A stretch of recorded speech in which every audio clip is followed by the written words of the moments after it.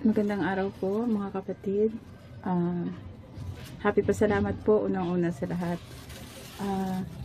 Ako po ay buong pusong nagpapasalamat sa ating Diyos Ama at sa ating Panginoong Jesucristo at sa Holy Spirit na hanggang ngayon po ay nagpapagaling pa rin sa bawat isa sa atin.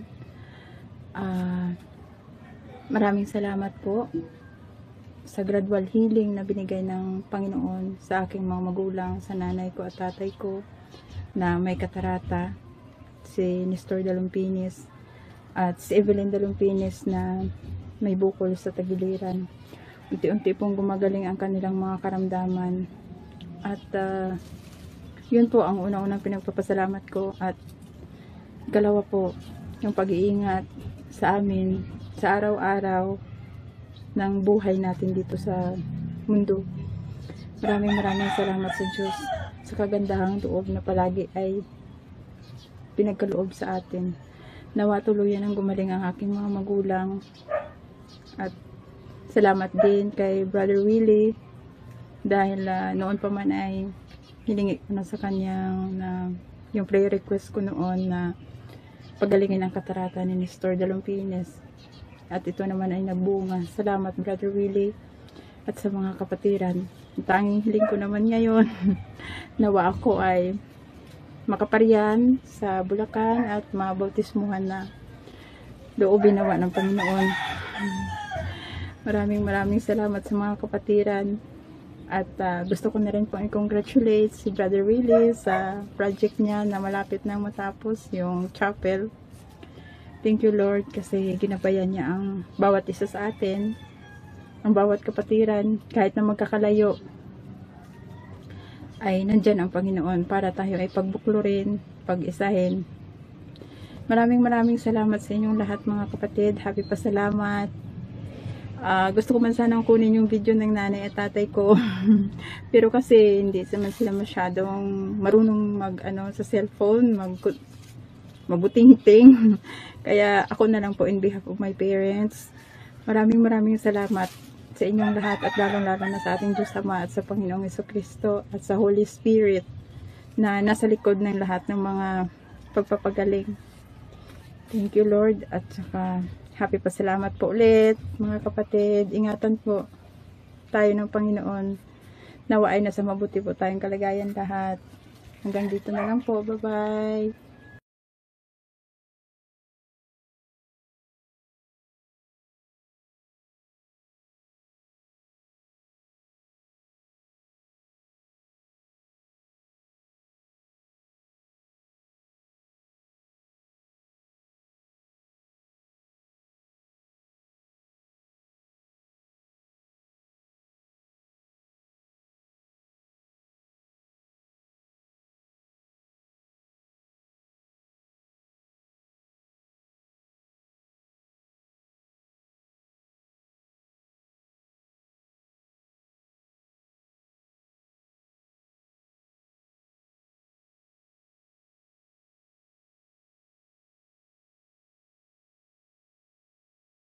Magandang umaga po sa lahat ng ating mga kapatid, sa lahat ng ating mga ka-Bible study. Dito po sa ating programa, ang Mabuting Daan, Worldwide Bible Study. Sa Facebook Live, sa YouTube Live. Ngayon po ay linggo ng July 13, 2025. Sa kalooban po ng Panginoong Diyos, live po ang ating Bible study mula po rito sa lungsod ng Baliwag, sa lalawigan ng Bulacan. Tayo po'y napapanood ng ating mga ka-Bible study dito sa Pilipinas at ng mga nasa abroad sa pamamagitan po ng live streaming ng Facebook at ng YouTube. At ngayong umaga po, wini-welcome natin ang ating mga ka-Bible study sa Facebook Live. Meron pong 5 na nakaregister at sa YouTube Live, 25 ang mga nakaregister. Salamat po sa ating mga kasama ngayong umaga sa pag-aaral ng mga salita ng Diyos. Ito po'y tuwing linggo, alas 9 ng umaga, at kapag ka naman po Martes at Huwebes, alas 9 ng gabi. Welcome po sa ating Bible study sa mga nasa Facebook, nasa YouTube. Kay Genevieve, ayan. Yun pong Monroe. Kumusta na ba yung Monroe? Matagal ko nang hindi napapansin. Kay Genevieve, alam ko po ay related sila eh. Balitaan nyo naman po ako. At ilang linggo ko na pong hindi nakikita yung suki natin na si Monroe. Ano po ba balita sa kanya? Kung pwede po ay malaman lang kay Sister Genevieve. Tayo po ay mag-uumpisa na po sa ating paksa na ating pag-aaralan. Kung pwede po ay inyong i-share sa inyong mga kamag-anak, mga kaibigan, mga kakilala. At kung hindi pa po kayo nakapag-subscribe sa ating YouTube channel, Facebook page, paki-like and share ang ating videos, paki-click ang notification bell. Para palagi po tayong mabigyan ng notification sa ating mga live streaming at pagka meron tayong mga bagong upload na videos. Ang ating paksa, kung nakahanda na po ang ating mga kapatid at mga ka-Bible study, ang mga salitang sinasalita ng dugo ni Jesus para sa mga sumasampalatayang Kristiyano ayon sa Biblia. Yan po yung ating paksa, mga kapatid, mga ka-Bible study. Ang mga salitang sinasalita ng dugo ni Jesus para sa mga sumasampalatayang Kristiyano ayon sa Biblia. Kung natatandaan nyo po, last June 29, nung tayo po ay magpasalamat sa Panginoong Diyos, ang ating paksa, yun pong mga material na bagay na nasa langit na paraiso. Tama po ba? Ang mga naninirahan sa langit na paraiso at ang mga material na bagay na matatagpuan dito ayon sa Biblia. Kung natatandaan nyo po, noong June 29, pinaksa natin yan, natutunan natin na ang ating Panginoong Hesukristo, noong siya magpakita sa kanyang mga alagad, pinakita niya yung kanyang kamay at mga paa, may butas. Tama po. May laman at may buto yung katawan ng Panginoong Hesukristo. Kaya nga siya po ay nahawakan, nahipo ng kanyang mga alagad eh. Glorified body na po yun. Maluwalhating katawan. Pero wala po yung dugo. Mga kapatid, mga ka-Bible study, wala pong dugo yung glorified body ng ating Panginoong Hesukristo. O, nasan po yung dugo ni Jesus Christ?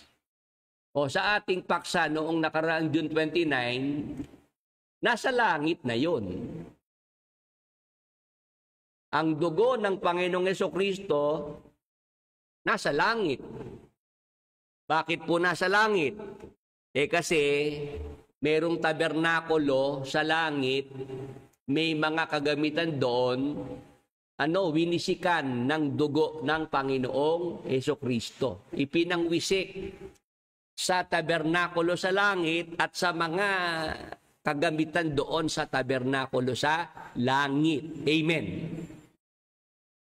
Kung papaanong dito sa lupa, sa Israel, yung tabernakulo, at yung mga kagamitan ay biniwisikan ng dugo ng hayop.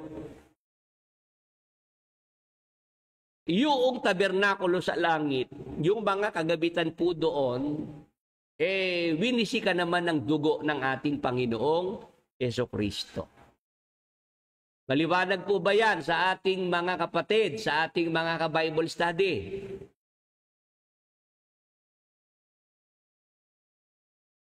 Ayan, sa ating mga kasama, 28 na po sa YouTube Live, 11 na sa Facebook Live ang ating mga ka-Bible study. Yung paksa po na yan, natutunan nyo po ba yan sa MCGI? Brad Ray. Yung mga narito po na mga kasama natin, na mga galing sa MCGI, nadinig niyo na ho ba yung paksa na yon kay Brad Eli na ang dugo ni Jesus Christ ipinangwisik sa sa tabernakulo sa langit at sa mga kagamitan doon sa tabernakulo sa langit.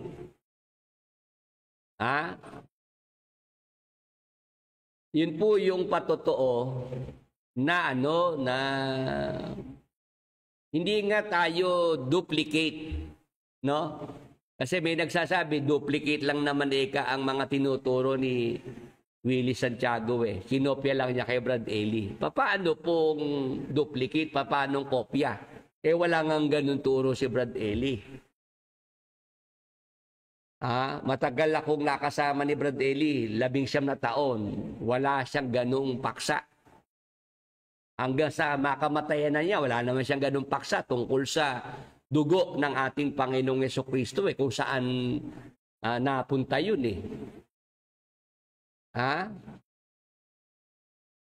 Ang dugo ni Jesus Christ nasa langit. Pag binasa natin yung Hebreo 12:23 hanggang 24. Babasahin ko po mga kapatid para maumpisahan ko na po yung ating paksa. Sa pangkalahatang pulong at iglesia ng mga panganay na nangatatala sa langit at sa Diyos na hukom ng lahat at mga espiritu ng mga taong ganap na pinasakdal. Bigyan natin ng pansin ang lokasyon po sa langit. Tama po ba? Hebreo 12:23, binabanggit po rito yung iglesia ng mga panganay na nakatala sa langit. Di langit po yung lokasyon. Tapos, sa Diyos na hukom ng lahat. Di po ba sa langit din po yan? At mga espiritu ng mga taong ganap na pinasakdal. Sa langit din po yan. Tama po ba? Sa mga ka-Bible study, nasundan po ba natin? Ang tinuturong lokasyon sa langit. iglesia ng mga panganay sa langit, sa Diyos na hukom ng lahat. Sa langit po yan. At mga espiritu ng mga taong ganap na pinasakdal, sa langit din yan. Tuloy. At kay Jesus, na tagapamagitan ng bagong tipan. O ang ating Panginoong Jesucristo, di po ba nasa langit din? Ngayon, at dugong pangwisik na nagsasalita ng lalong mabuti kaysa dugo ni Abel. Ang Panginoong Jesucristo nasa langit. Tama po. Ano pa po yung nasa langit? At dugong pangwisik na nagsasalita ng lalong mabuti kaysa dugo ni Abel. Nasaan ang dugo ng Panginoong Jesucristo? Nasa langit. Ipinangwisik sa tabernakulo at yung mga kagamitan sa tabernakulo sa langit. Ngayon, ang dugo ng Panginoong Jesucristo, sabi po sa talata, nagsasalita ng lalong mabuti kaysa dugo ni Abel. Di po ba si Abel nung patayin ni Cain? Ano po sabi po ng Panginoong Diyos? At noong paslangin, patayin ni Cain ang kaniyang kapatid na si Abel. Sa Henesis 4,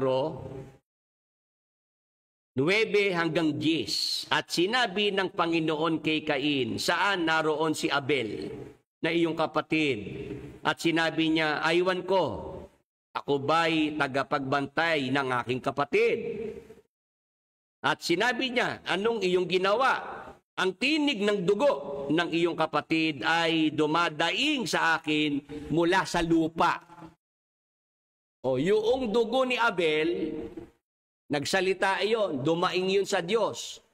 Mula sa lupa. Tama po. Sa mga nasa Facebook, nasa YouTube, yung dugo ni Abel, sabi ng Diyos, dumadaing sa akin mula sa lupa. Nagsalita ang dugo ni Abel mula sa lupa. Ngayon, ang dugo ng Panginoong Jesucristo nagsasalita naman mula saan? Mula saan? Mula sa langit.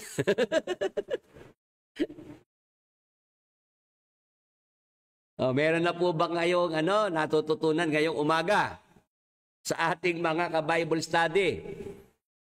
Meron na po ba? Bagong-bago. Nakita niyo po yung kay Abel, yung dugo ni Abel, nagsasalita mula sa lupa. Ano po yung sinasalita ng dugo ni Abel? Di po ba ang sinasalita ng dugo ni Abel katarungan? Humihingi siya ng katarungan sa Diyos sa ginawa sa kanya ng kanyang kapatid na si Cain, nung siya patayin. Tama po. Sa mga ka-Bible study natin, yun yung salita nung dugo ni Abel. Mula sa lupa, nagsalita yung dugo ni Abel. O ngayon, ang dugo ng ating Panginoong Jesucristo, ayon kay Apostol Pablo, Hebreo 12:24, mula sa langit, nagsasalita naman yun. At yung mga salita na sinasalita ng dugo ng ating Panginoong Jesucristo, yun ay lalong mabuti kaysa sa dugo ni Abel. May mga salita na sinasalita ang dugo ng ating Panginoong Jesucristo. Ayon sa ating paksa, balik natin yung pamagat ng ating paksa, ang mga salitang ito, mga salita ng dugo ng ating Panginoong Jesucristo, para yan sa mga sumasampalatayang Kristiyano. Amen. Yun ho bang mga ka-Bible study natin sa Facebook at YouTube, mga sumasampalatayang Kristiyano? Kung kayo po'y mga sumasampalatayang Kristiyano, pakinggan nyo po. At para sa inyo, itong mga salita na sinasalita ng dugo ng ating Panginoong Hesukristo. Noong isang araw, ipinost ko po itong pamagat ng ating paksa, siguro mga Friday pa lang yon. Aba, meron agad kumukontra. Meron agad tumututol. Hindi raw totoo yan. Wala daw ganyan. Hindi inintindi yung pamagat ng paksa. Para sa mga sumasampalatayang Kristiyano. Kaya hindi ko na pinatulan, hindi ko na sinagot loob-loob ko lang, hindi pa bangka ka nag-uumpisa yung paksa, wala pa man nadidinig, tumututol na agad. Kaya kung ang mga ngayong umaga kasama natin sa ating Bible study ay mga sumasampalatayang Kristiyano, para po sa inyo itong paksang ito. Para po sa inyo ang mga salitang sinasalita ng dugo ng ating Panginoong Hesukristo. Ngayon, alamin natin, ano po ba yung mga salitang sinasalita ng dugo ng Panginoong Hesukristo para sa ating mga sumasampalatayang Kristiyano? Yan ang ating paksa ngayong umaga at agad na po nating umpisahan ang ating paksa, ang lundo ng paksa. Ano ang mga salitang sinasalita ng dugo ni Jesus para sa mga sumasampalatayang Kristiyano? Basahin natin ang isa. Sa Roma 5:9, magandang balita, Biblia na salin. Kaya't sa pamamagitan ng kaniyang dugo ng Panginoong Hesus po ang tinutukoy ng Apostol Pablo. Kaya't sa pamamagitan ng kaniyang dugo, tayo ngayon ay napawalang sala at tiyak na maliligtas tayo sa poot ng Diyos. Ano po ang isang salita ng dugo ng Panginoong Hesukristo para sa ating mga sumasampalatayang Kristiyano? Sabi ng Apostol Pablo sa kanyang sinulat kaya't sa pamamagitan ng kanyang dugo ni Jesus, tayo ngayon ay napawalang sala. Napawalang sala. Meron tayo ritong abogadong nakikinig. Kay Attorney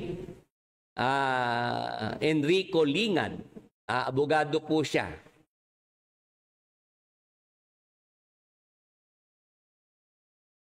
Yung napawalang sala, sa korte po, ang tawag dyan, attorney, ay acquitted.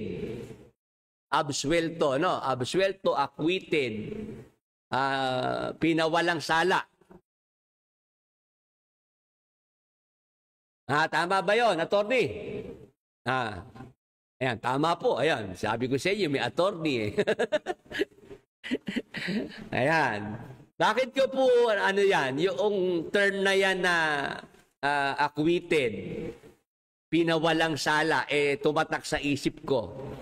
Kasi po, isang panahon, mga kapatid, ako ay naging, akusado. Ako ay naging accused. Nung ako po'y mag-exit sa MCGI, ako po'y sinampahan ng kaso ng MCGI. Yung nanay ng aking mga anak, siyang ginagamit para ako po ay asuntuhin, para ako po'y sampahan ng kaso. Sinampahan ako ng kaso dito sa Baliwag, falsification of public document. Yun po yung ako ay nakamagshot na hanggang ngayon ay ginagamit ng mga fanatics para ipanira sa akin. Ayan ikang Willie Santiago, diyan ba kayo sasama? Ito yung ika, ito yung picture niya, may mugshot siya. Ha? Yun namang mga hindi nag-iisip, naniniwala doon sa mugshot. Ay, masamang tao si Willie Santiago. Alam niyo po, kung kayo nakakaintindi ng batas, mugshot lang yan. Tama po. Si Senador Bong Revilla, may mugshot din eh. Tama po ba? Si Senador Jinggoy Estrada, naka-mugshot din eh. Si Erap Estrada, nag-mugshot din eh. Tama po. Si Gloria Arroyo, nag-mugshot din eh. Tama po ba? Ha? Kay Duterte lang naman, wala. Sinurkat eh. Nung pagbaba sa airport sinakiin ng aeroplano diretso na agad sa ICC. Ano po? Wala na mugshot doon eh. Ano ibig sabihin ng mugshot? Proseso po yun, proseso. Pagka ikaw ay kinasuhan, dapat kang mag-mugshot. Dapat kang mag-piano. Tawag doon ng piano fingerprints dumaan po ako doon. Oo. Mga kapatid, mga ka-Bible study, yung kaso na yon na falsification na public document, dito sa Baliwag yun 3 taon ko po yung hinarap yung kaso na yon. Ngayon, bakit naman po ako nagkaroon ng kasong falsification of public document? Meron kasi po akong property dito sa Baliwag noon, bahay at lupa, nakasanla sa bangko. Ngayon, maririmata. Kailangan pong mabayaran yung bangko Kasi pag hindi nabayaran yung bangko, maririmata yung bahay at lupa. Ang solusyon po ibenta yung property. Nung panahon na yon, yung nanay ng aking mga anak ay nagtatago na sa abroad. Hindi na po nakikipag-usap. Wala na kaming komunikasyon. Kailangan na pong maibenta yung bahay at lupa na property kasi para mabayaran yung bangko. Ano ginawa ni Brother Willie? Binenta ko. Kasi, doon sa titulo ng lupa, nakalagay yung pangalan ko doon na Wilfredo Santiago married to. Dahil nakalagay yung pangalan ko sa titulo, sa pagkakaintindi ko, ako yung may-ari.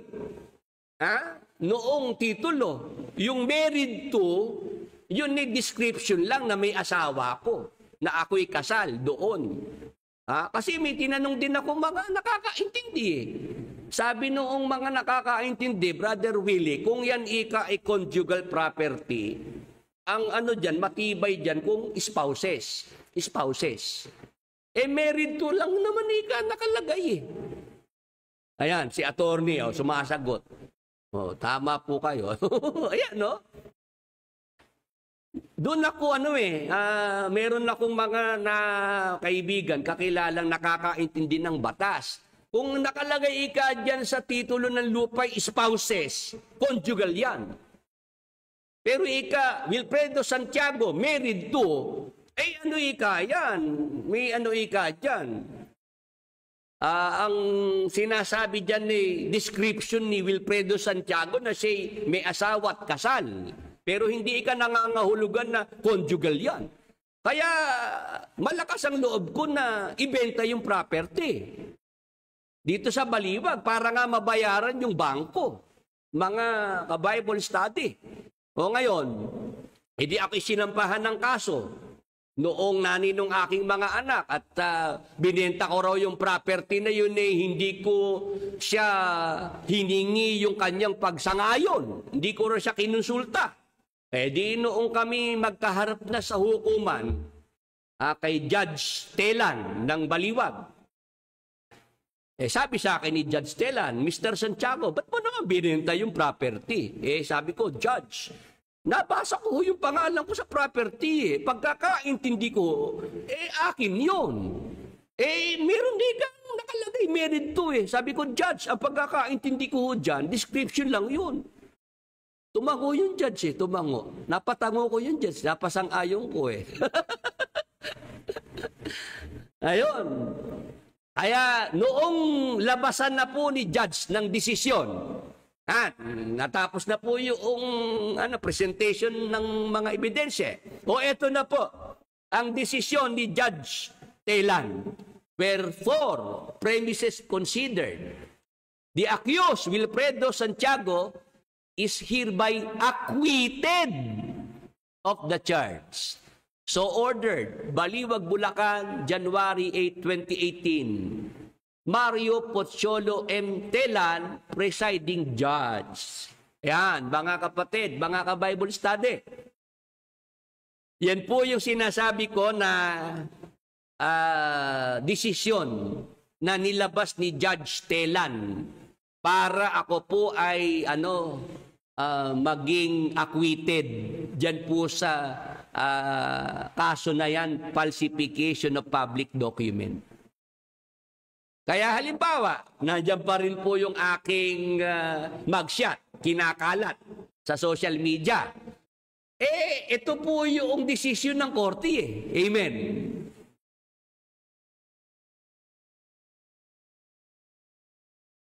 Amen po sa mga ka-Bible study sa Facebook at YouTube. Yung mugshot, non-bearing yun Tama po. Non-bearing yon kasi ang may bearing itong desisyon ni Judge Telan na ako po ay acquitted.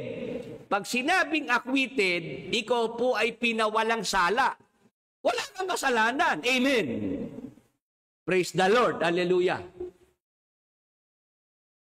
Yan po ang kalagayan ng mga Kristiyano na sumasampalataya. Sa pamamagitan ng dugo ng Panginoong Hesukristo, tayo po ay napawalang sala na. Tayong lahat ay acquitted na. Amen. Kasi lahat ng tao guilty. Lahat ng tao ay makasalanan. Amen. Roma 3:23. Basahin ko po, mga kapatid, mga ka-Bible study, ang nakasulat po sa talata 3:23 ng aklat ng Roma, sapagkat ang lahat ay nangagkasala nga at hindi nangakaabot sa kaluwalhatian ng Diyos. Ano kalagayan ng sangkatauhan, mga kapatid, mga ka-Bible study? Lahat tayo po ay guilty sa harapan ng Diyos. Lahat tayo po ay makasalanan.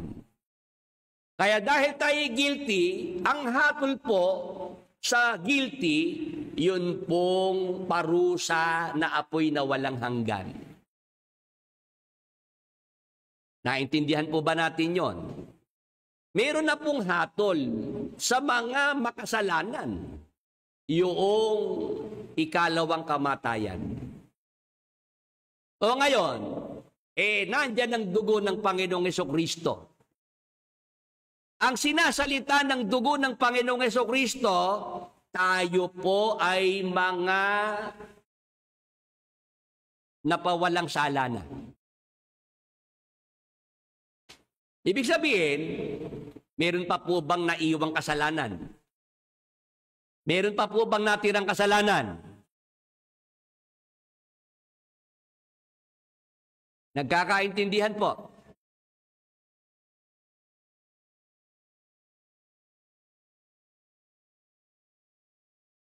Dahil po sa dugo ng Panginoong Hesukristo, sa harap ng Diyos, sa paningin ng Diyos, ano po ang kalagayan nating mga sumasampalatayang Kristiyano?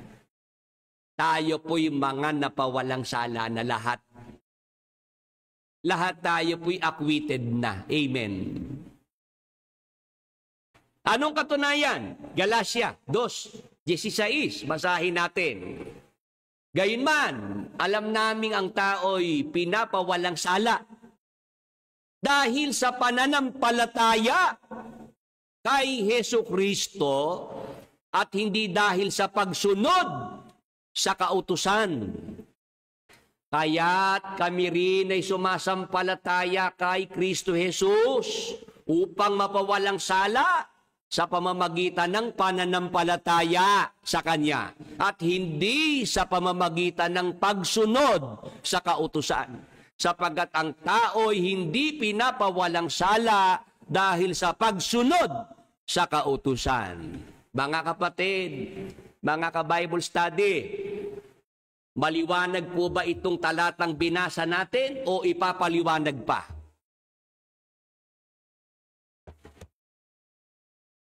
Maliwanag po ba yung Galacia 2:16 o kailangan pang ipaliwanag? Sige po, kayo mismo ang bumasa. Nga? Ang sabi po ng talata ng Apostol Pablo sa mga Kristiyano sa Galacia, gayunman, alam naming ang tao'y pinapawalang sala dahil sa pananampalataya kay Hesukristo. O ito po mga kapatid, mga ka-Bible study. Pag tayo po'y sumasampalataya sa Panginoong Hesukristo, ano po ang resulta? Tayo po'y pinapawalang sala. Ang dugo ng Panginoong Hesukristo, yan po yung sinasalita. Tayo po ay napawalang sala na lahat. Dahil sa pananampalataya kay Hesukristo at hindi dahil sa pagsunod sa kautusan. O kaya po yung mga tagapagturo, gaya ni Brad Eli, bang nagdoktrina. O ito utos, sundin mo para ikaw ay maligtas. Tama ho bang turo iyon?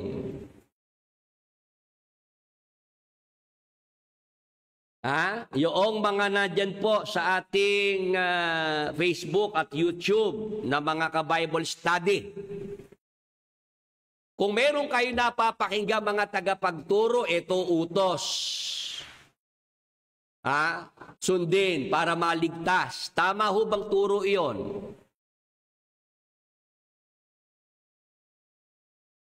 Sige nga po, lalo yung mga nasa MCGI. Nagturo si Brad Eli, ito'y ikautos. Ang babae magpapahaba ng buhok para maligtas. Tama ho bang turo iyon? Ang babae wag magsusuot ng alahas para maligtas. Sundin yung utos na yan. Tama po bang turo yon? Ang babae dapat ay wag magme-makeup, wag magli-lipstick. Kaya nga yung artista, yung Ritz, nung makita ko mukhang tumanda agad Biglang tumanda kasi ganun Ganun ang tinuturong utos na para maligtas ang babae, wag magsusuot ng alahas, wag magme-makeup, magli-lipstick, wag magpuputol ng buhok, magpahaba. Dapat lagi nakapalda. Ayun, bawal magsuot ng pantalon. Tinuturo kasi ang kaligtasan ay sa pamamagitan ng pagsunod sa kautusan. Alam po ninyo mga kapatid, mga ka-Bible study, pagka ang kautusan susundin mo para ikay maligtas, hindi ka talaga maliligtas Bakit? Sabi sa Santiago 2:10, sino mang gumaganap ng buong kautusan, gayon may natitisod sa isa, ay nagiging makasalanan sa lahat. Nakikinig po ang mga nasa Facebook, nasa YouTube. Kung ang batayan ng kaligtasan ay ang pagsunod sa kautusan, kung halimbawa ang utos 10, 9 lang ang natupad mo, yung isa hindi mo natupad, ano sabi? Nagiging makasalanan sa lahat. Ibig sabihin, baliwala. Yung 9 na natupad mo, kasi meron kang isa na hindi mo tinupad. Nagkakaintindihan po sa ating mga ka-Bible study sa Facebook at YouTube. Kaya yung utos ng Diyos, na ibinigay niya dito sa lupa. Meron ba kayong maililitaw na tao na nakatupad ng buo, nakasunod sa lahat ng utos ng Diyos? Meron ba? Sige nga po, yung mga nasa Facebook, nasa YouTube, lalo yung mga galing sa MCGI, naturuan ni Brad Eli. Meron ba kayong mababasa na buo niyang naganap ang kautusan? Nasunod niya lahat ng utos?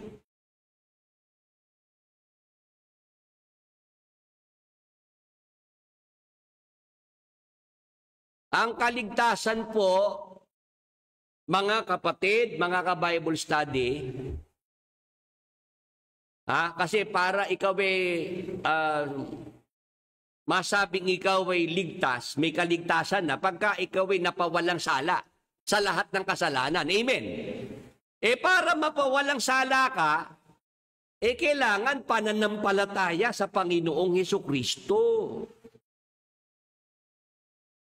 Pag tayo po'y sumasampalataya kay Jesus Christ, ang dugo ng Panginoong Hesukristo nagsasalita para sa atin.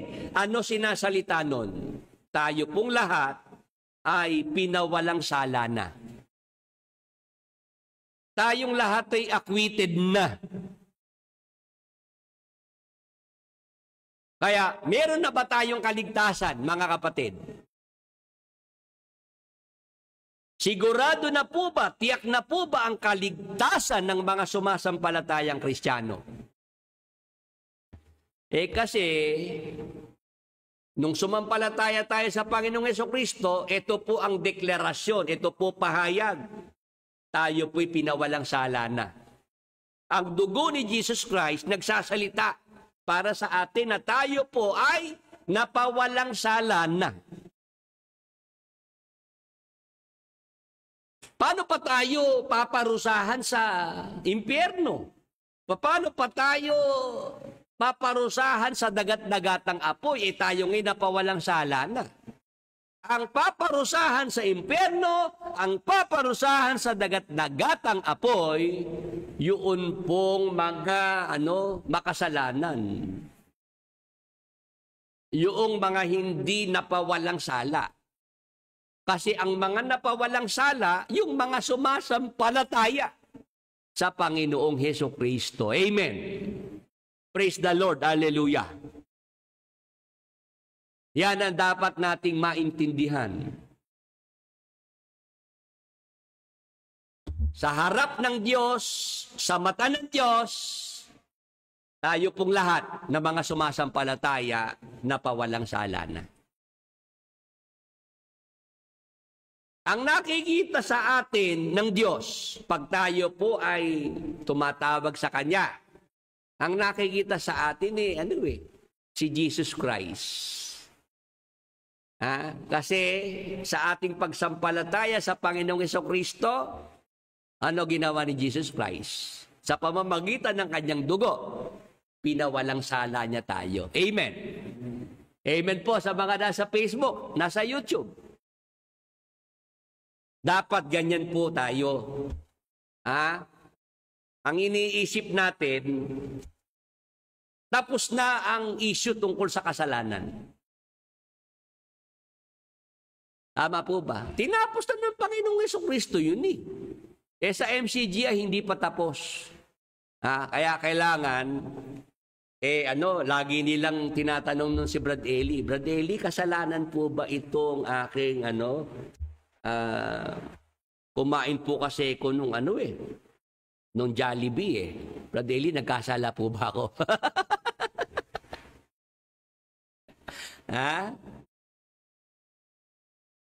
Brother Eli, yun ho kasing kandila sa bahay, ginamit po nung nanay ko na umilaw siya roon sa prosesyon, Brad Eli. Hindi ho naubos yung kandila. inuwi ng nanay ko sa bahay. Yung kandila na ginamit ng nanay ko sa prosesyon, kasi Katoliko po nanay ko, Brad Eli eh. Yun ho bang kandila na yung Brad Eli, pag ho nag-brown out sa amin, pwede ko ho bang gamitin? Magkakasala ho ba ako, Brad Eli, pagka sinindihan ko yung kandila na yon na ginamit ng nanay ko nang umilaw siya sa prosesyon? Ha? Naintindihan po ba tayo ng ating mga ka-Bible study? Sa MCGI, yung tungkol sa kasalanan, issue na hindi matapos-tapos. Ha? Lalo pag si Brad Roland na nagdoktrina sa'yo, Brad Ray, yun ang pinakamahigpit sa mga nagdodoktrina noong araw eh. Halimbawa yung upuan, yung silya na yan, prosesyon, nanood kayo, yung kandili pumatak sa silya, hindi ka na pwedeng umupo dyan, kapatid. Kaya anong araw si Brad Roland, si chairman pagka aralan ng mga manggagawa, madalas masermonan eh. Sabi ni Brad Eli, Brad Roland, wala naman akong ganyan doktrina. Ha? Naintindihan niyo po, mga kapatid, mga ka-Bible study, bilang mga sumasampalatayang Kristiyano, dapat ikaw ay payapa na. Payapa na isip mo. Dapat yung kasalanan, hindi ka na binabagabag niya, na matutulog ka na lang hindi ka pa mapakali dahil meron kang nalabag, meron kang kasalanan na dapat tapos na yan. Kasi tinapos na ng Panginoong Jesucristo ang usapin tungkol sa kasalanan para sa lahat ng sumasampalataya sa Kanya. Amen! Praise the Lord! Hallelujah! Sa MCGI lang walang katapusan yung tungkol sa kasalanan.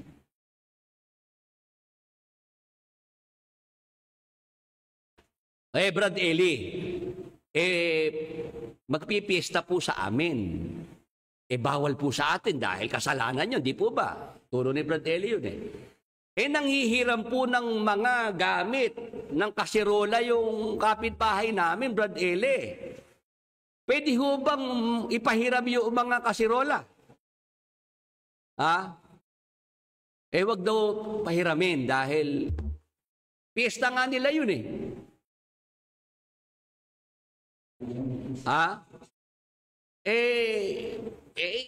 paano mo ipapagamit yung mga kasirola dyan sa bahay mo, di lumalabas. Sinasangayunan mo yung piyesta nila. Ganun po ba, Brad Eli? Humihingi nila ho ng dahon ng saging. Pwede ho bang bigyan?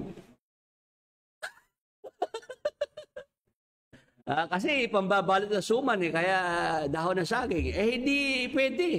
Hindi pwede. Kasi kasalanan yun No, di ba? Kaya ano nangyayari? Mula nang masama sa ang dating daan mga nawala na ng pakikisama. Nawala na ng mga kamag-anak. Di ba? Ito pa. Ikakasal yung anak. Ikakasal sa Iglesia ni Cristo. Nagpapaalam kay Brad Eli yung tatay. Brad Eli, yung anak ko kakasal.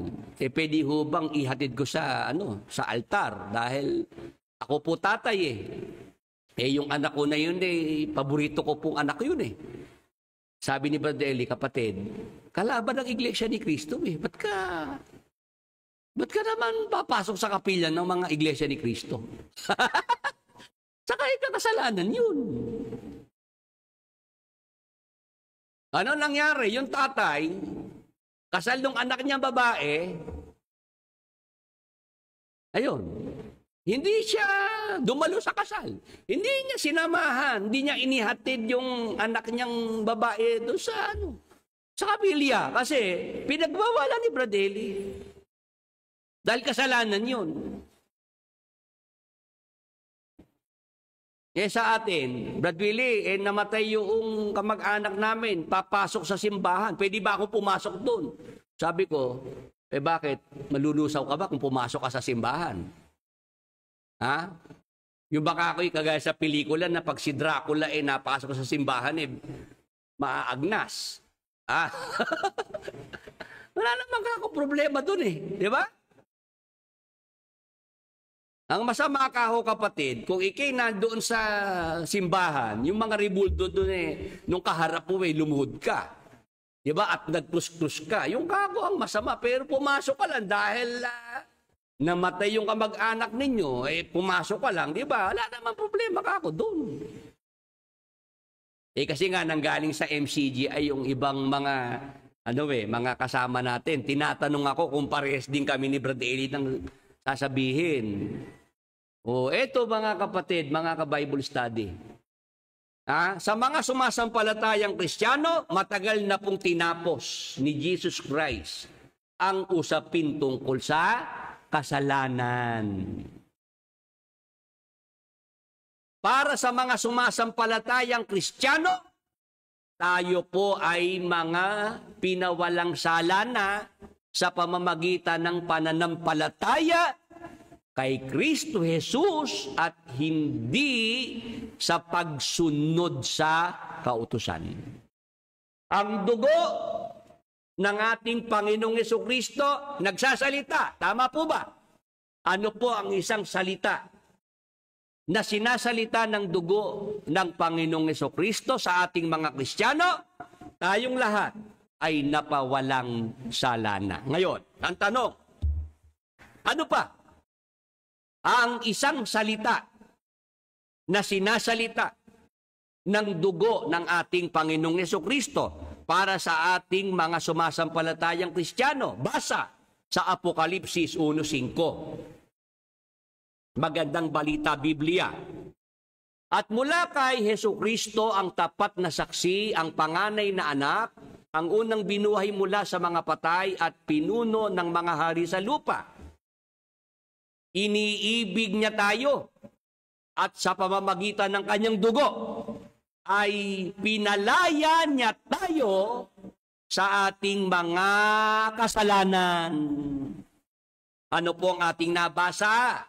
Mga kapatid, mga ka-Bible study, ang sabi po, sa pamamagitan ng kanyang dugo ng Panginoong Jesucristo, ay pinalaya niya tayo sa ating mga kasalanan. Bukod sa tayo po'y pinapawalang sala ng dugo ng ating Panginoong Jesucristo, ano pa po ang sinasabi noon? Ang dugo ng Panginoong Jesucristo, pinalaya tayo sa ating mga kasalanan. Kaya pagka ikaw po'y sumasampalatayang Kristiyano, ikaw po'y malaya na. Saan? Sa kasalanan. Hindi ka na po nakatali sa kasalanan. Amen. Hindi ka na po nabubuhay sa kasalanan. Amen. Bakit po? Sa ating pananampalataya sa Panginoong Jesucristo, ang kanyang dugo. Ano po ang sinasabi nun? Ano ang ginawa nun? Ano ang sinasalita nun? Ang dugo ng Panginoong Jesucristo, siyang nagpalaya sa atin sa ating mga kasalanan. Kaya nga makikita sa iyo iba na ang buhay mo ngayon. Amen. Bagong buhay na. Paano ka nakapagbagong buhay? Dahil sa pananampalataya sa Panginoong Jesucristo. Kaya nga ikaw bagong nilalang na.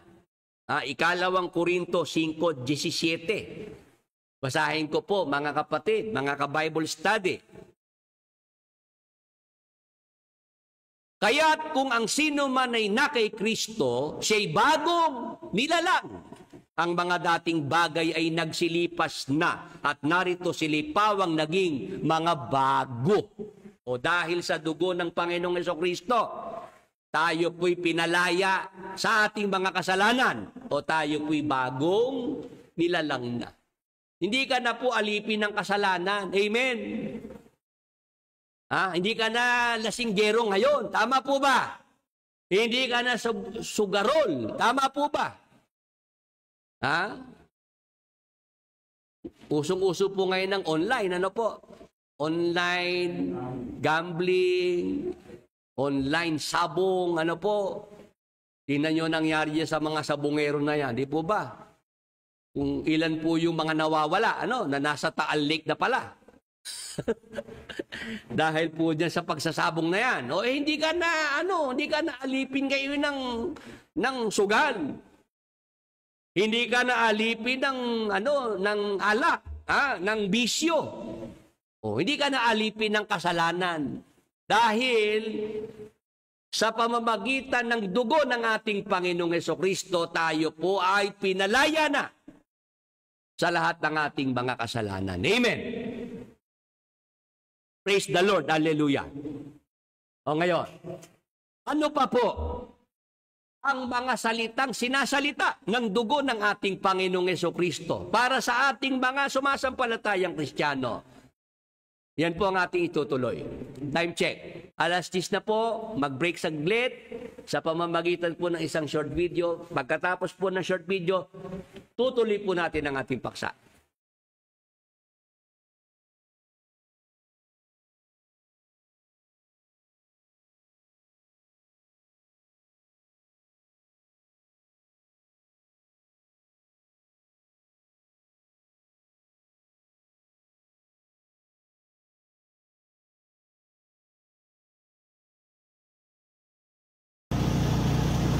Magandang araw po sa ating mga kapatid. Ngayon po ay June 2025.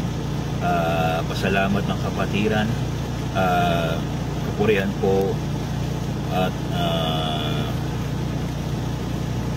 parangalan sa ating Panginoon ang lahat ng biyaya sa binibigay sa ating buhay.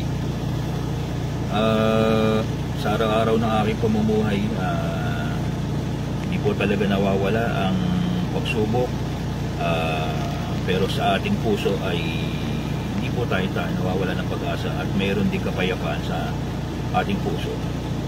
Una po sa lahat, nagpapasalamat tayo sa kapatiran sa mga ginagawang Bible study at mga prayers sa bawat kapatid at pati na rin sa ating mga kababayan.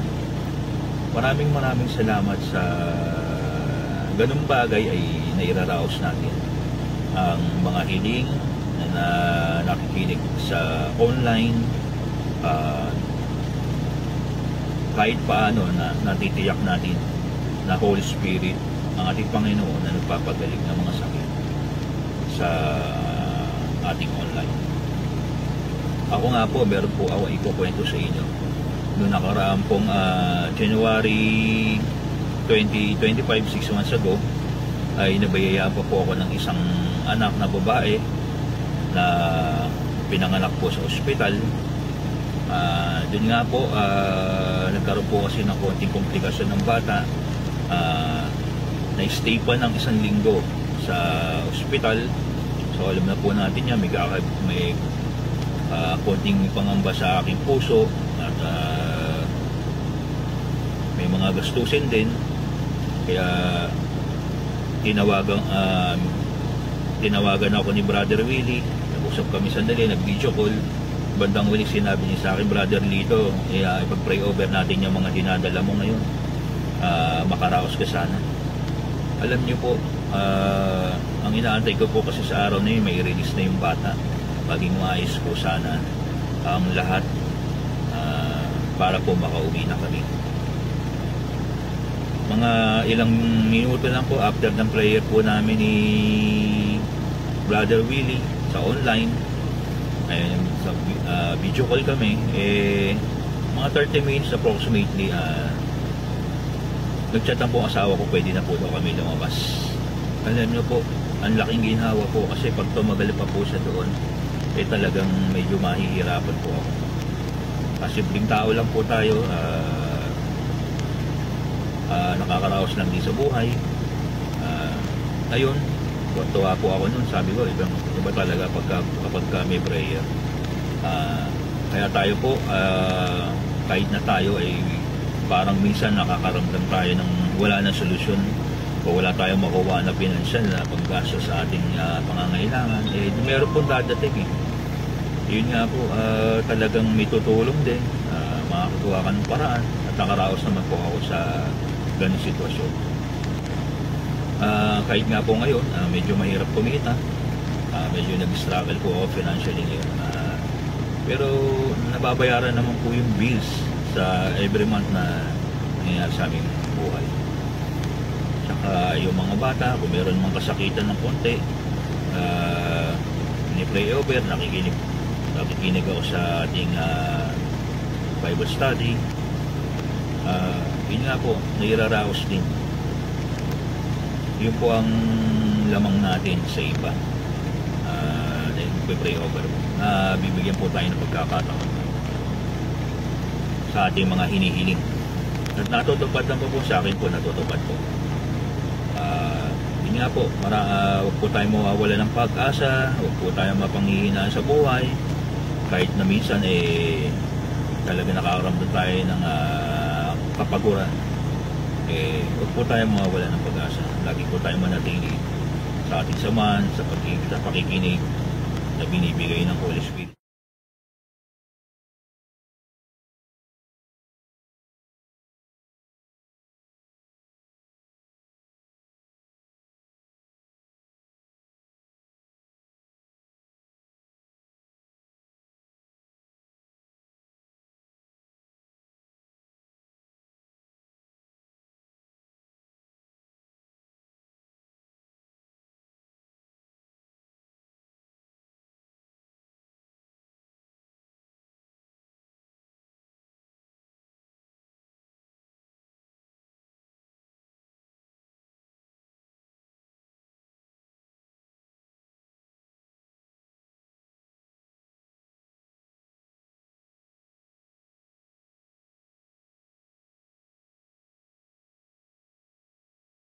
Tayo po'y magpatuloy dito po sa ating tinatalakay na paksa. Muli po magandang umaga sa lahat po ng ating mga kapatid, sa lahat ng ating mga ka-Bible study. Dito po sa ating programa, ang Mabuting Daan, Worldwide Bible Study, sa Facebook Live, sa YouTube Live.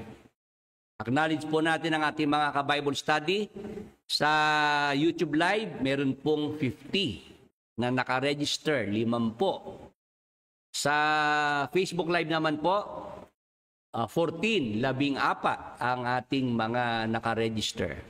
Sige po, tuloy na po natin ang ating paksa na tinatalakay ang mga salitang sinasalita ng dugo ni Jesus para sa mga sumasampalatayang Kristiyano ayon sa Biblia.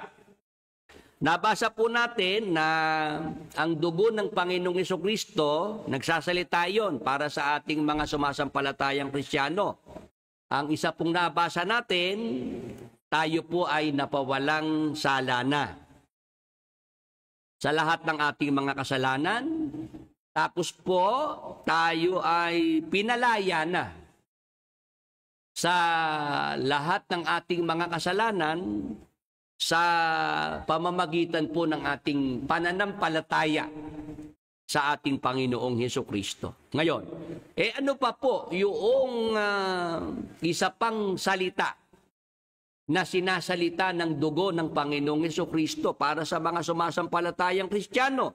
Basahin naman natin ang unang Juan 1:7. Magandang balita, Biblia na salin. Ngunit, kung namumuhay tayo ayon sa liwanag, gaya ng pananatili niya sa liwanag, at tayo'y nagkakaisa, at ang lahat ng ating kasalanan ay nililinis ng dugo ni Jesus na kanyang anak. Nakikinig po ang mga nasa Facebook, nasa YouTube.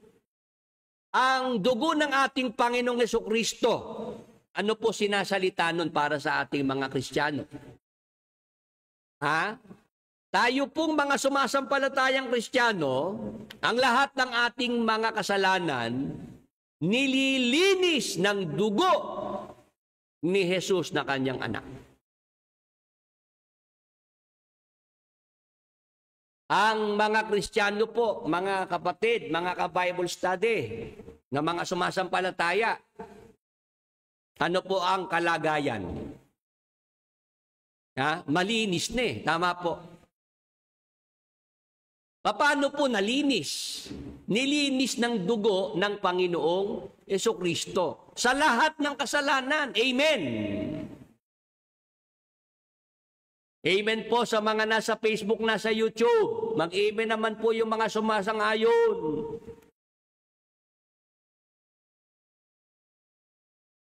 Ang dugo ng Panginoong Jesucristo, nilinis tayo sa lahat ng ating mga kasalanan at patuloy po tayong nililinis. Continuous po yung paglilinis ng dugo ng Panginoong Jesucristo sa ating mga kasalanan. Amen. Malino po, masala po, kalugurang pengari, kapatid.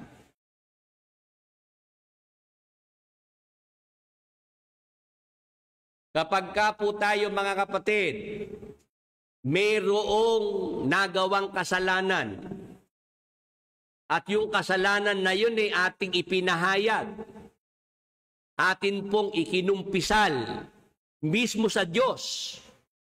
Dapat po kasi ang umpisal, ang pagpapahayag ng kasalanan, sa Diyos yan. Amen.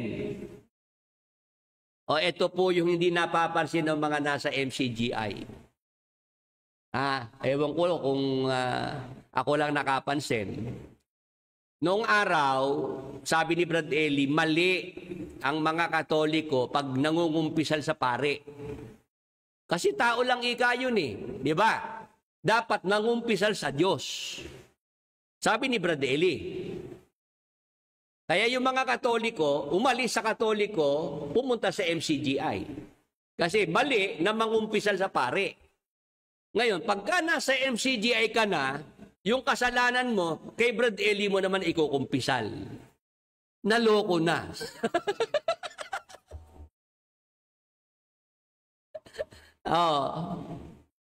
Hindi ba ganon? Sige nga, yung mga nandiyan sa Facebook, nasa YouTube. Napasin niyo po ba yon? Si Brad Eli, tinututulan yung pangukumpisal ng mga Katoliko sa mga pari. Kasi tao lang ika yung mga pari na yan eh. Ba't diyan ka mangungumpisal? Sa Diyos ka mangumpisal. Tama yon. Sa Diyos ka magpahayag ng kasalanan. Ang problema lang, nung nasa MCGI na, yung mga miyembro na mga nagkasala, kay Brad Eli ngayon mangungumpisal. At si Brad Eli naman na magpapatawad ng kasalanan. Kaya nga si Brad Eli sa MCGI, talagang pagka yung mga manggagawa nung araw na sinuspinde dahil nanligaw, o kaya nag-asawa, talagang si Brad Eli sinusundan kung saan pumunti. Natandaan ko dati si Renor. Nung yan ay masuspinde.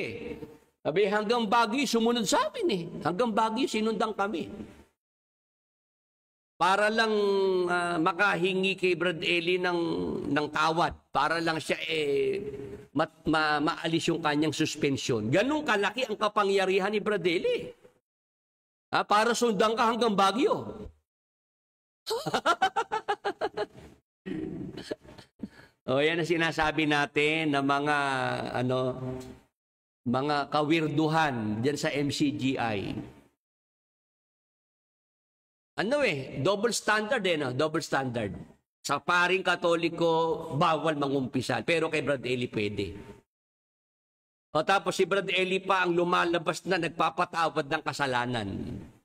Sabi pa ni Brad Eli, pagkapasalamat ng kapatiran, mga kapatid, itong ginagawa kong ito'y maselan. Sabi ni Brad Eli, kasi pagka nagkamali ako ng papatawarin, hindi pa pala dapat patawarin, ako mananagot doon. Hello. Kaya yung mga kapatid, awang-awa kay Brad Eli, pa nagpapatawad siya, pinapatawad na, wag nang uulit, di ba? Ganun pagpasalamat ng kapatiran Pinapatawad na, wag nang uulit. Nung bandang huli, palabunutan na lang Brad Ray. Palabunutan. Ayan. Sabi ko, paano si Brad Eli magpapatawad ng kasalanan? Paano si Brad Eli, siya aakuin niya yung kasalanan, dadalhin niya yung kasalanan ng tao na yun mas marami pa akong kasalanan si Brad Eli doon sa miyembro Ha? Paano si Brad Eli ang magdadala, ang aako ng kasalanan ng mga pinapatawad niya? Ayan, narinig ko po yan sa apalit. Ayan, creepy. Di ba? Totoo yung sinasabi ni Brad Willie. Kaya yung mga miyembro, ganoon nila kataas tingnan si Brad Eli. Ganun ka-importante si Brad Eli. Bakit? Sabi, nagpapatawad ng kasalanan.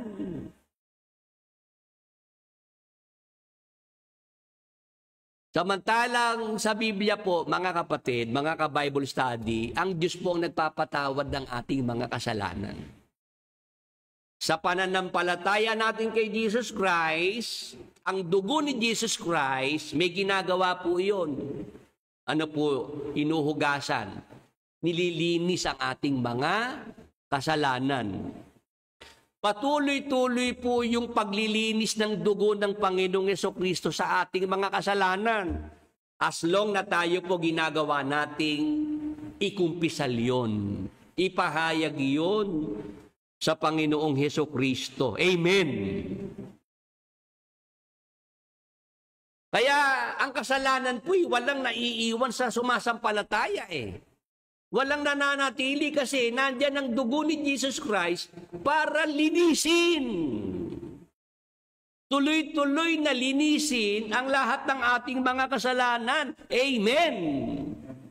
Praise the Lord. Hallelujah.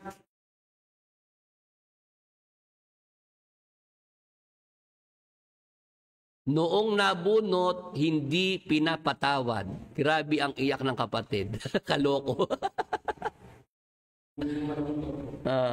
Maghintay pa maghintay pa. Ayan.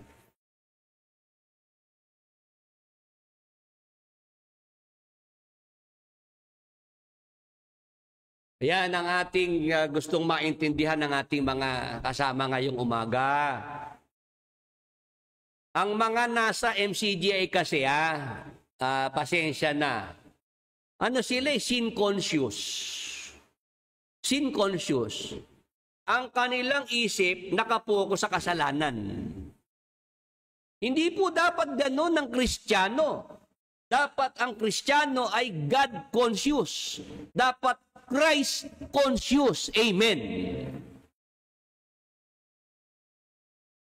Amen po sa mga nasa Facebook, nasa YouTube. Sa mga nasa MCGI, sila po ay mga sin-conscious. Talagang pagbibili ng mga delata sa grocery, titinan muna, may tatakbang halal.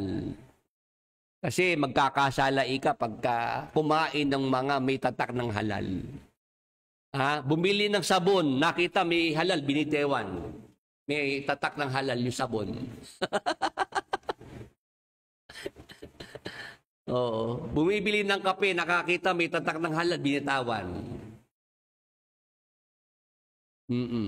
Ganun kasi ang naging kaisipan ng mga nasa MCGI. Maging sin conscious. Tayo po rito. Yun ang sinasabi ko sa mga kapatid. Huwag kayong sin conscious. Dapat tayo po ay God conscious. Dapat tayo po ay Christ conscious. Masdan natin si Jesus na gumawa at sumakdal ng ating pananampalataya. Hebreo 12:2. Dapat all eyes on Jesus. Amen. Dapat focus kay Jesus. Amen. Amen po sa ating mga kapatid, sa ating mga ka-Bible study.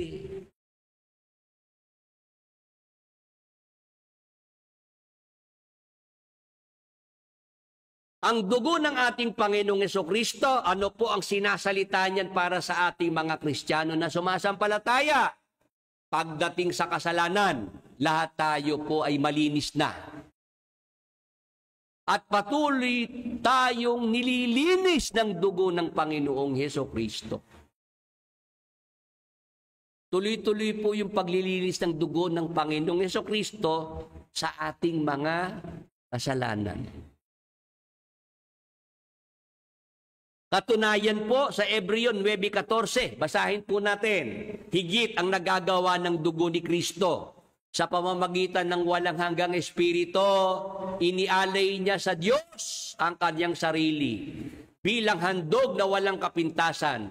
Ang kanyang dugo, ang dugo ng Panginoong Hesukristo, ang lumilinis sa ating puso't isipan sa mga gawaing walang kabuluhan upang tayo makapaglingkod sa Diyos na buhay. Ano ang ating nabasa? Mga kapatid, mga ka-Bible study, ang dugo ng Panginoong Hesukristo, ano ginagawa nun? Ang lumilinis sa ating puso't isipan. Yun ang hindi kayang gawin ng dugo ng mga hayop sa panahon ng Israel. Ang maglinis ng puso at isipan. Alisin ang dumi, ang karumihan sa puso at isipan ng tao. Amen. Nagkakaintindihan po tayo. Ang kanyang dugo ang lumilinis sa ating puso't isipan sa mga gawaing walang kabuluhan upang tayo makapaglingkod sa Diyos na buhay. May binabanggit po sa talata, mga gawaing walang kabuluhan. Kaya sa MCGI, napag-aralan nyo na ba kung yung mga ginagawa nyo may kabuluhan o wala? Kasi mayroong mga gawaing walang kabuluhan Pag-aralan mo, nagpapamigay ng lugaw, Brad Ray. Ba't sa mga may sasakyan? Ano ang target? Ba't nagpapamigay ng lugaw sa mga dikotse? Bakit yung mga palaboy hindi binibigyan ng lugaw, Brad Ray? Sige nga, nakita ko sa video tinatanggihan naman ng nakakotse. Inayawan naman yung inaabot nilang lugaw. Nakakotse nga Alam nyo yung lugaw, nung araw di ako kumakain yan, Brad Ray. Si Brad Eli, nung ako'y bagong tira sa Apalit, nagluto ng lugaw, binibigyan ako. Hindi ako kumain Sabi ko, Brad Eli, pagkailan na may sakit yan. Sabi ni Brad Eli sa akin, inosente. Ba't mo na ka nasabi? Kasi Brad Eli, natatandaan ko, pag bata ako at may sakit ako, pinaglulugaw ko ng nanay ko. Kaya ako, ang tumatak sa isip ko, yung lugaw, pagkain ng may sakit. Ganun ang MCGI, naglulugaw-lugaw sila, nilalagay sa mga styrofoam, tapos pinapamigay sa mga may sasakyan. Hindi ka ako bigyan yung mga pulubi, yung mga taong grasa, yun ang pakainin, yun ang lugaw. Dahil talagang yun mga gutom. Abutan nyo ng lugaw yung mga dikotse, may sasakyan, nakikita talaga motibo. Ang talagang puntirya yung mga may pera. Ngayon, ano ang ating nabasa mga kapatid, mga ka-Bible study? Ang dugo ng Panginoong Hesukristo, nililinis tayo sa lahat ng ating mga kasalanan. Nililinis ang ating mga puso't isipan. Amen! Kaya dapat tayo po maging panatag na mga kapatid, mga sumasampalataya sa Panginoong Hesukristo. Dapat ang kasalanan hindi na yan nakakagulo sa isip mo. Amen. Pag tayo nagkasala, alam natin meron tayong nagawang kasalanan. Ano dapat gawin? Ihingi ng tawad.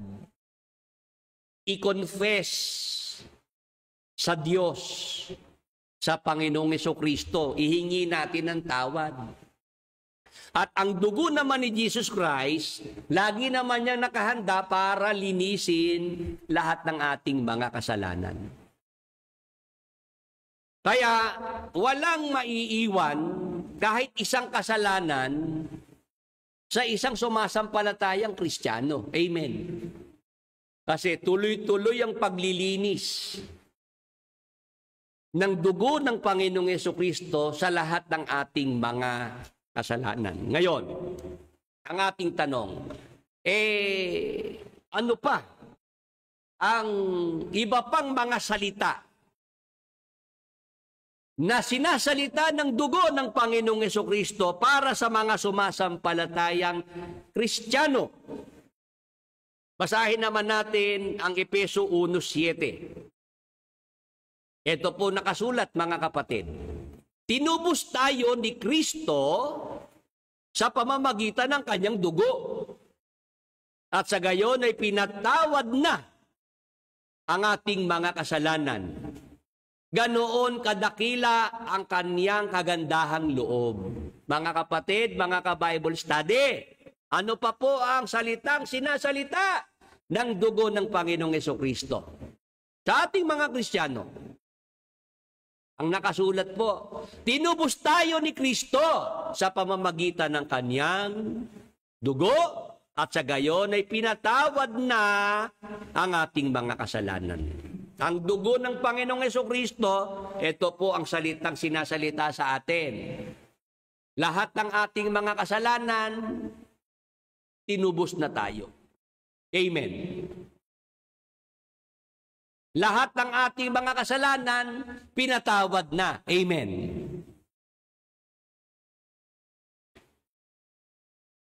Maliwanag po sa mga nasa Facebook, nasa YouTube. Ang ating Panginoong Jesucristo, yung kanyang dugo, ito ang sinasabi, ito ang sinasalita sa ating mga sumasampalataya. Lahat tayo po, ang ating mga kasalanan, tinubos na. Lahat ng ating mga kasalanan ay pinatawad na. Kaya dapat mahimbing na tulog mo, kapatid. Dapat payapa na kalooban mo. Amen. Dapat lagi kang handa at masaya ka. Masaya loob mo sa pagbabalik ng Panginoong Hesukristo. Amen. Dapat nga excited tayo sa pagbabalik ni Jesus Christ. Yung rapture. Dapat ang nararamdaman mo, ikaw nasasabik. Gustong-gustong mo nang mangyari na bumalik na ang Panginoong Hesukristo. Nung nasa MCGI pa ako di kakwentuhan ko itong mga kasama ko sa broadcast, sila Brad Danny, Brad Josel. Naku, si Brad Danny, pagkakakwentuhan mo, panghihinaan ka ng loob Brad Ray, kung ikaw'y bagong miyembro at mapapakinggan mo si Brad Danny, panghihinaan ka ng loob, saka magdududa ka. Bakit? Sabi ni Brad Danny, ako nga Brad Willie duda nga ako kung maliligtas ako Parang ayaw ko pa nga bumalik ang Panginoong Hesukristo Kasi baka pag bumalik siya, di ako makasama. Sabi sa akin ni Brad Danny, nabalis. Nagsasalita yun sa radyo, sa television mariringgan mo, gano'n na sasabihin sa'yo na siya mismo ayaw pa niyang bumalik ang Panginoong Hesukristo kasi nagdududa siya sa sarili niya, baka hindi siya maligtas. Naloko na.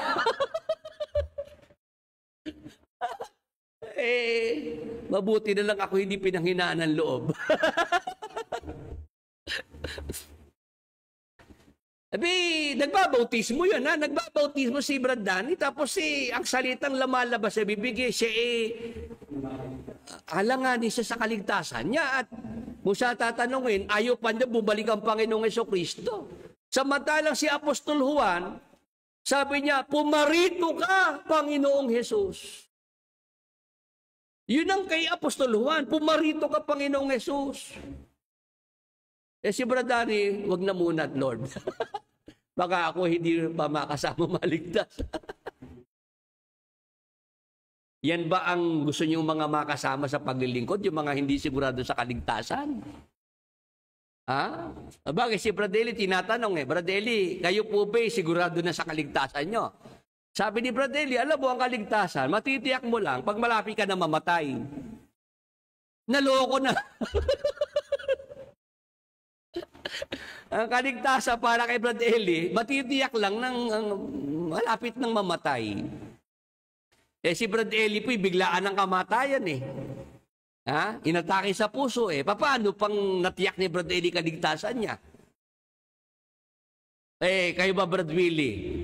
Sigurado na ba kaligtasan nyo? Ikaw ba, Brad Willie? Sigurado ka nang ligtas ka? Sabi ko, hindi ako sigurado sa kaligtasan ko. Ano ginagawa ko ngayon dito? Hello?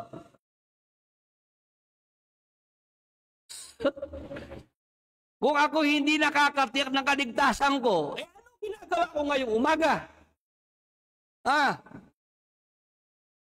Ako nagpapagod lang ng walang kabuluhan. Walang katuturan. Lalo ngayon, makulimlimang panahon, masarap matulog. Ama po, dapat matulog na lang ako ngayon.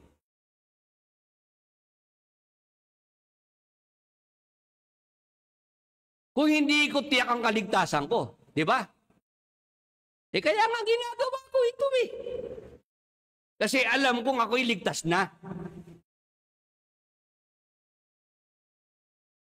Kaya nga pag linggo excited ako na dumalo sa pagkakatipon Kasi alam ko ligtas na ako. Amen. O sana kayo, ganun din ang inyong pakiramdam. Nasa inyo na kaligtasan. Mula nang tayo sumampalataya sa Panginoong Jesucristo, meron na tayong kaligtasan, meron na tayong buhay na walang hanggan. Amen. Nagtiyaga kayo sa MCG, hindi tiyak ang kaligtasan dito tinitiyak natin ang kaligtasan. Sigurado tayo. Dahil pagka sumasampalataya kay Jesus Christ, ito ang kanyang dugo, nagsasalita. Marami na tayong nabasa, di po ba mga kapatid? Mula nung tayo mag-umpisa, napawalang sala ang Kristiyano. Malaya na ang Kristiyano sa kasalanan. Nalinis na tayo sa lahat ng ating mga kasalanan at patuloy na nililinis ng dugo ng Panginoong Jesucristo. Lahat ng ating kasalanan tinubos ng dugo ng ating Panginoong Jesucristo. Pinatawad na ang lahat ng ating mga kasalanan. Katunayan, unang Pedro 1:18-19. Alam ninyo kung ano ang ipinantubos sa inyo sa walang kabuluhang pamumuhay na inyong binana sa inyong mga magulang. Ang ipinantubos sa inyo hindi ang mga bagay na nasisira o nauubos tulad ng ginto o pila, kundi sa pamamagitan ng mahalagang dugo ni Kristo. Siya ang korderong walang batik at kapintasan.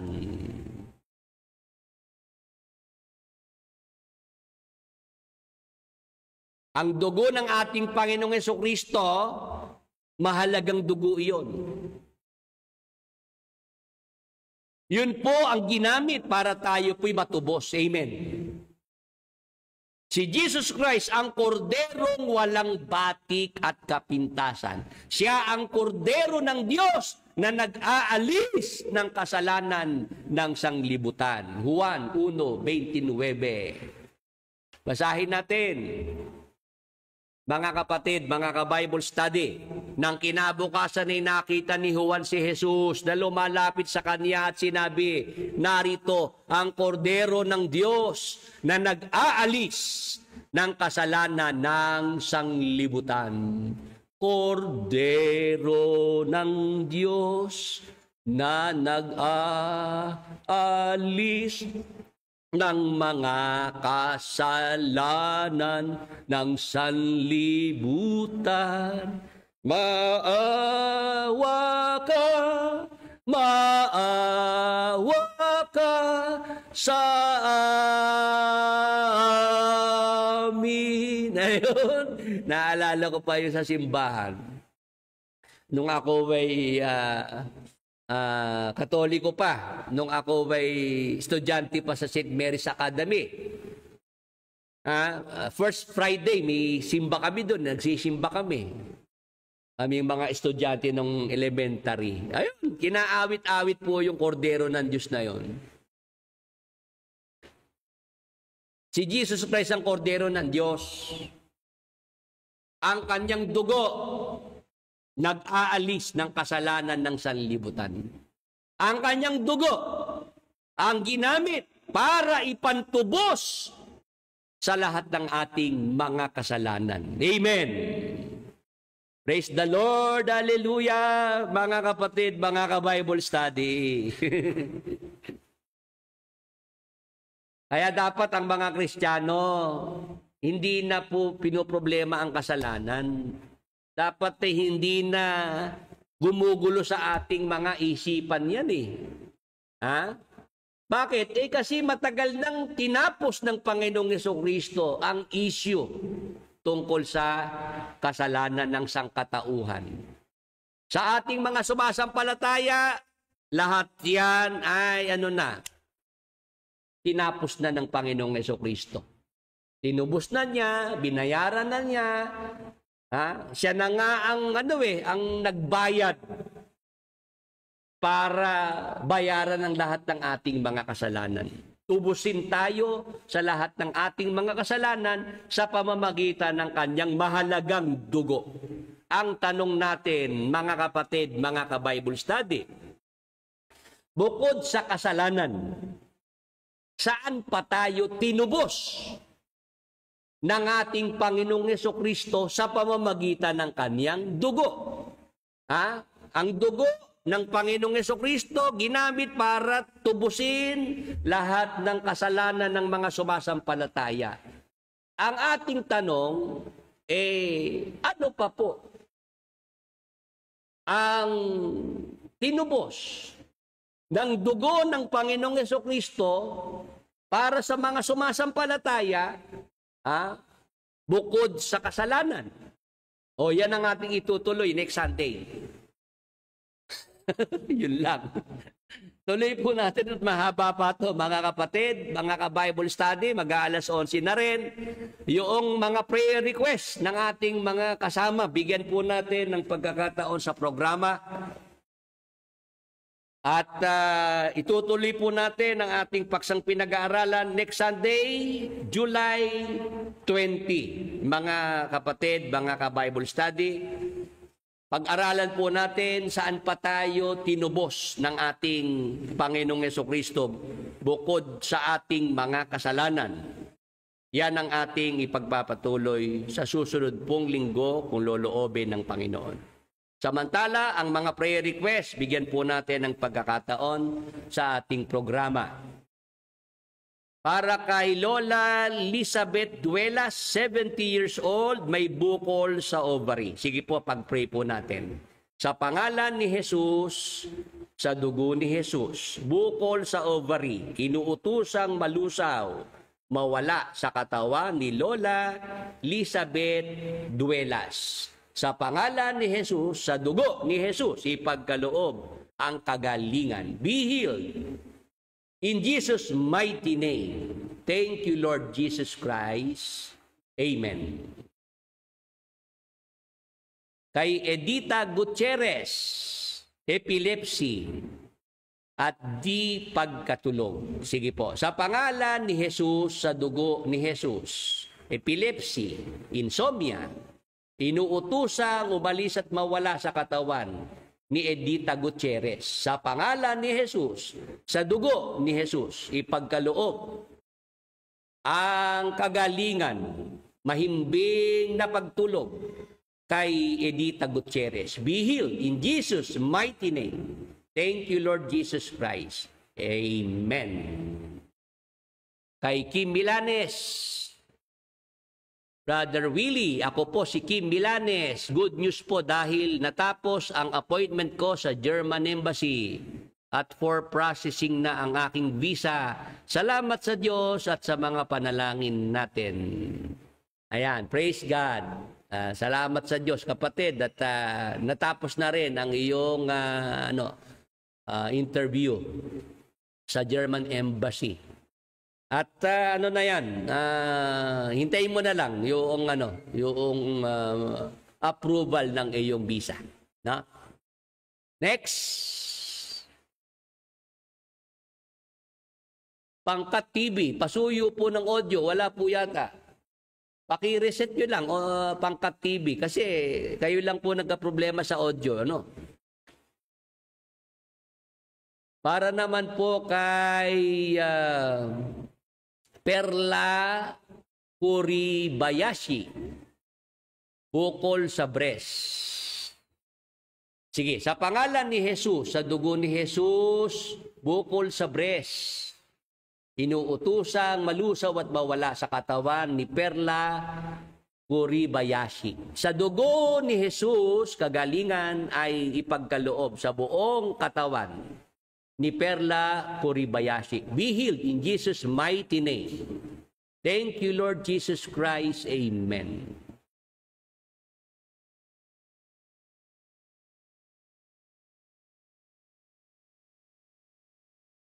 Kay Kimilanes, prayer request naman niya, makapag-schedule sa Commission on Filipino Overseas Seminar. Maging success at walang balakid. Sige po, sa pangalan ni Jesus, sa dugo ni Jesus, inaalis ang anumang hadlang sa gabal sa pagkuha ng schedule sa Commission of Filipino Overseas Seminar. Sa pangalan ni Jesus, ipagkaloob na mabigyan ng schedule sa lalong madaling panahon si Sister Kim Milanes. In Jesus' mighty name. Thank you, Lord Jesus Christ. Amen.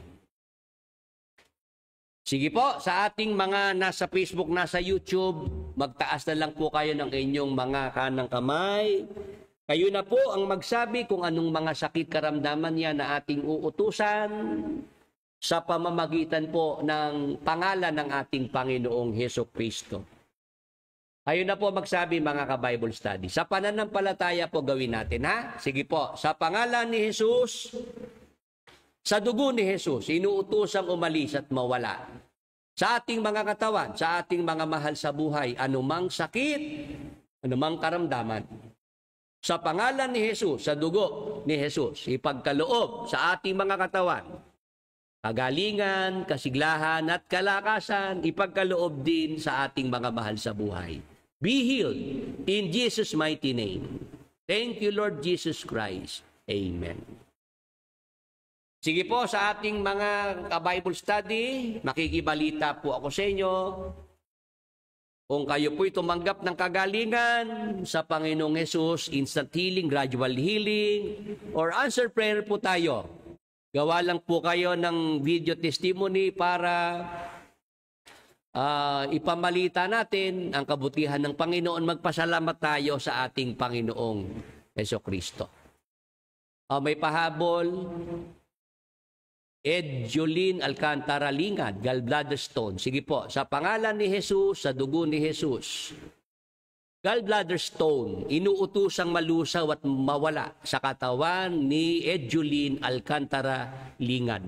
Sa pangalan ni Jesus, kagalingan ay ipagkaloob sa gallbladder at sa buong katawan ni Jolene Alcantara Lingad. In Jesus' mighty name. Thank you, Lord Jesus Christ. Amen.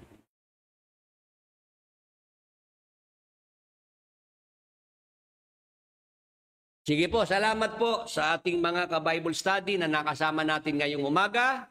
At inaanyayahan ko po kayo para po sa isang panalangin ng pagpapasalamat sa Panginoon. Tayo po'y manalangin.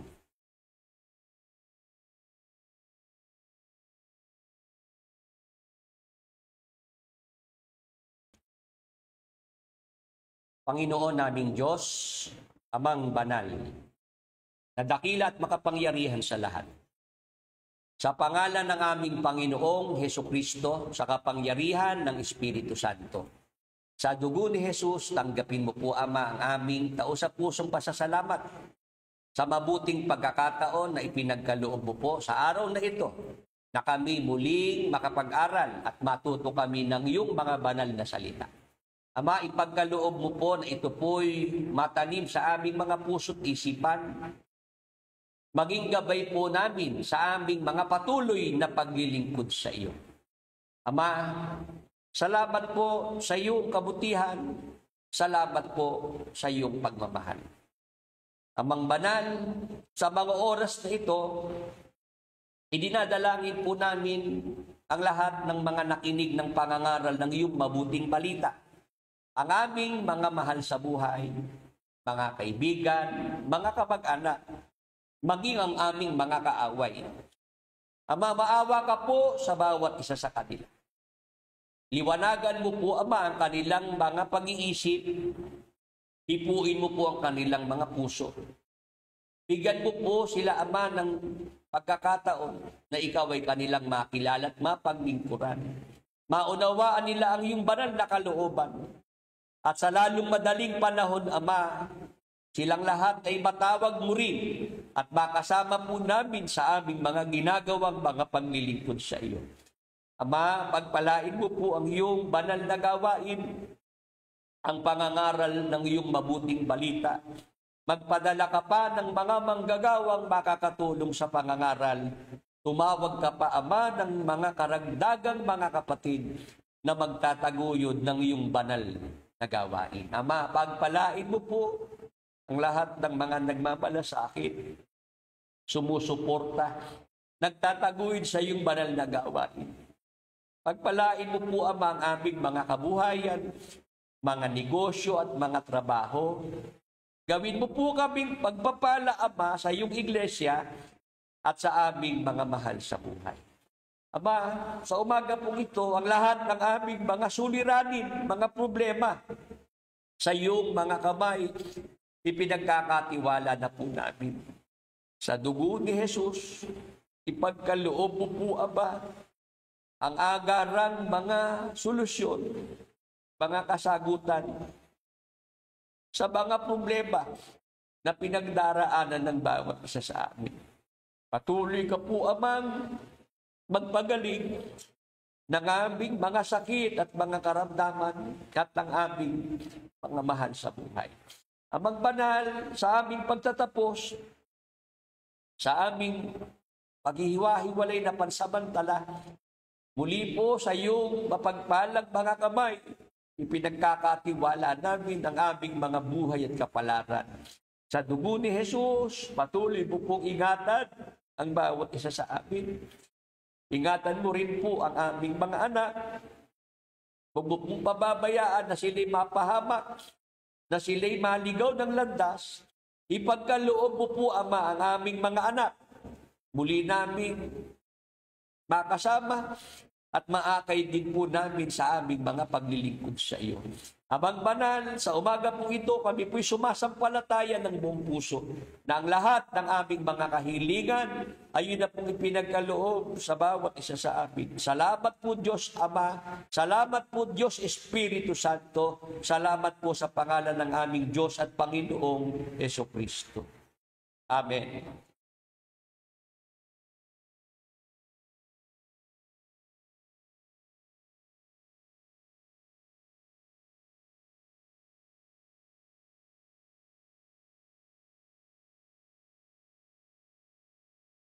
Sige po, sa ating mga nakasama ngayong umaga. Salamat po sa inyong oras, ha. Yung mga may prayer request po na pinapahabol, kung pwede po, ibigay nyo po ang inyong buong pangalan, kumpletong pangalan, kung meron kayo mga prayer request. Yun po kasi yung ating hinihingi sa mga nagpapa-prayer request, ibigay po ang pangalan, yung totoong pangalan, kung meron kayo mga prayer request. Sige po, salamat po sa inyong lahat, mga kapatid, mga ka-Bible study. At loobin po ng Panginoong Diyos, sa susunod pong linggo, tayo po ay muli pong magkasama-sama. May pahabol pa na prayer request.